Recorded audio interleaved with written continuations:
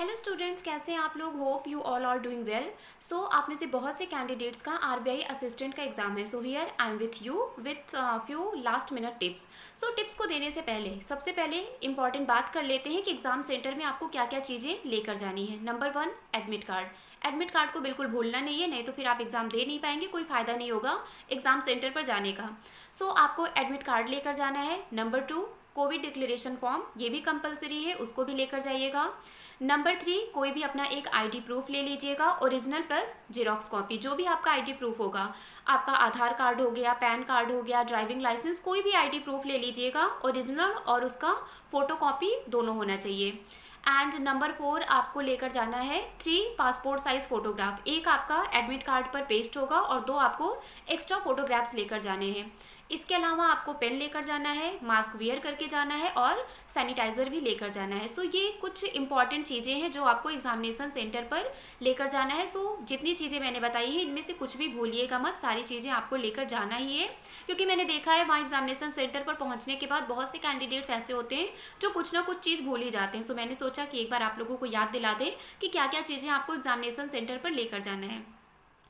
इसके बाद अब हम बात कर लेते हैं लास्ट मिनट टिप्स की। सो लास्ट मिनट टिप्स की सबसे पहली बात, आपको एकदम कूल रहना है, कॉन्फिडेंट रहना है और ओवर कॉन्फिडेंट नहीं होना है। अगर आपकी प्रिपरेशन बहुत अच्छी है तो ओवर कॉन्फिडेंट मत होइएगा, और अगर आपकी प्रिपरेशन बस एवरेज है, अभी बहुत ज़्यादा अच्छी नहीं है, तो आपको डिमोटिवेट भी नहीं होना है। बस कॉन्फिडेंस में रहना है कि मैंने जितना पढ़ा है वो अच्छा है। पेपर का लेवल आपका ईजी टू मॉडरेट ही होगा, इससे ज़्यादा इसका लेवल नहीं आने वाला है, ठीक है। तो वो ईजी टू मॉडरेट के बीच में ही होगा, या तो पेपर मॉडरेट होगा, या तो ईजी होगा, या तो ईजी टू मॉडरेट, ठीक है। डिफिकल्ट नहीं आएगा। आरबीआई असिस्टेंट का पेपर बहुत ज़्यादा डिफिकल्ट नहीं आता है। नंबर 2, आपको जिस चीज़ का ध्यान रखना है वो ये है कि अब जब आपका एग्ज़ाम है कल और परसों, तो कोई भी नई चीज़ को पढ़ने के लिए ट्राई मत करिएगा। ट्राई करिए कि अब आप कुछ ना पढ़ें और रेस्ट करें तो ज़्यादा बेटर है, ठीक है। जिनका भी कल एग्ज़ाम है उनको मैं सजेस्ट करूँगी कि अब आपको कुछ भी पढ़ने की ज़रूरत नहीं है, आप रेस्ट करिए, ठीक है। और जिनका परसों एग्ज़ाम है उनको भी मैं कहूँगी कि आप रेस्ट ही करिए, कुछ भी नया पढ़ने के लिए ट्राई मत करिएगा। अब हम बात करते हैं कि एग्ज़ाम के टाइम आपको क्या क्या चीज़ें ध्यान में रखनी है। पहला, सभी क्वेश्चंस को बहुत ध्यान से पढ़ना है, जल्दबाजी में आंसर नहीं करना है, ठीक है। सारे क्वेश्चंस को ध्यान से पढ़िएगा, उसके बाद ही आंसर मार्क करिएगा। Number 2, don't spend too much time on any particular question. कुछ कैंडिडेट्स ऐसे होते हैं कि वो क्वेश्चन को बहुत दिल से लगा लेते हैं। मतलब अगर कोई क्वेश्चन है उन्होंने पढ़ा, लाइक हम बात कर लें रीजनिंग की, कोई पजल है उसको उन्होंने पढ़ा और उनको लगा कि ये क्वेश्चन उनसे सॉल्व हो सकता है। उन्होंने पहली बार में सॉल्व किया, आंसर नहीं आया, तो उनको लगता है कि नहीं, इसका आंसर तो आ जाना चाहिए, ये क्वेश्चन हमसे सॉल्व हो जाएगा, तो वो उसको दोबारा ट्राई करते हैं। दोबारा भी नहीं आता है तो फिर तीसरी बार ट्राई करते हैं। मतलब उस क्वेश्चन को एकदम दिल से लगा लेते हैं कि नहीं, इसको तो हम सॉल्व करके रहेंगे।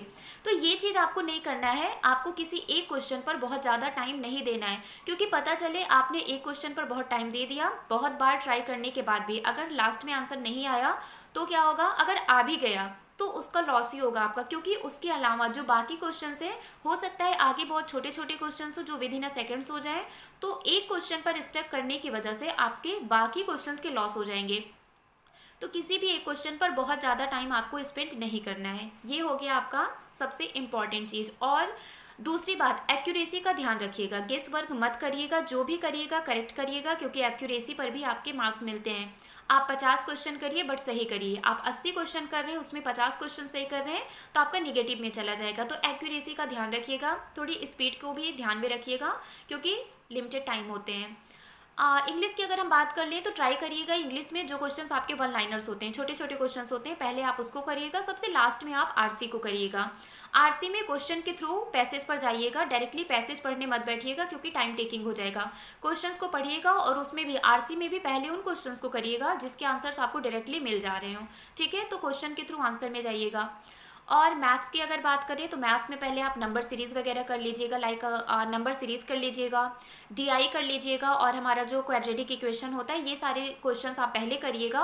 और सबसे लास्ट में आप अर्थमेटिक करिएगा, क्योंकि अर्थमेटिक में कोई कोई क्वेश्चंस ऐसे होते हैं जो हमें फंसा देते हैं, जो सिंपल नहीं होते हैं। अगर सिंपल हैं, एक बार में आपको लग रहा है कि बन जाएंगे, तो आप कर सकते हैं। अदरवाइज पहले जो छोटे क्वेश्चंस होते हैं उनको कर लीजिए, डीआई कर लीजिए और सबसे लास्ट में अर्थमेटिक करिए।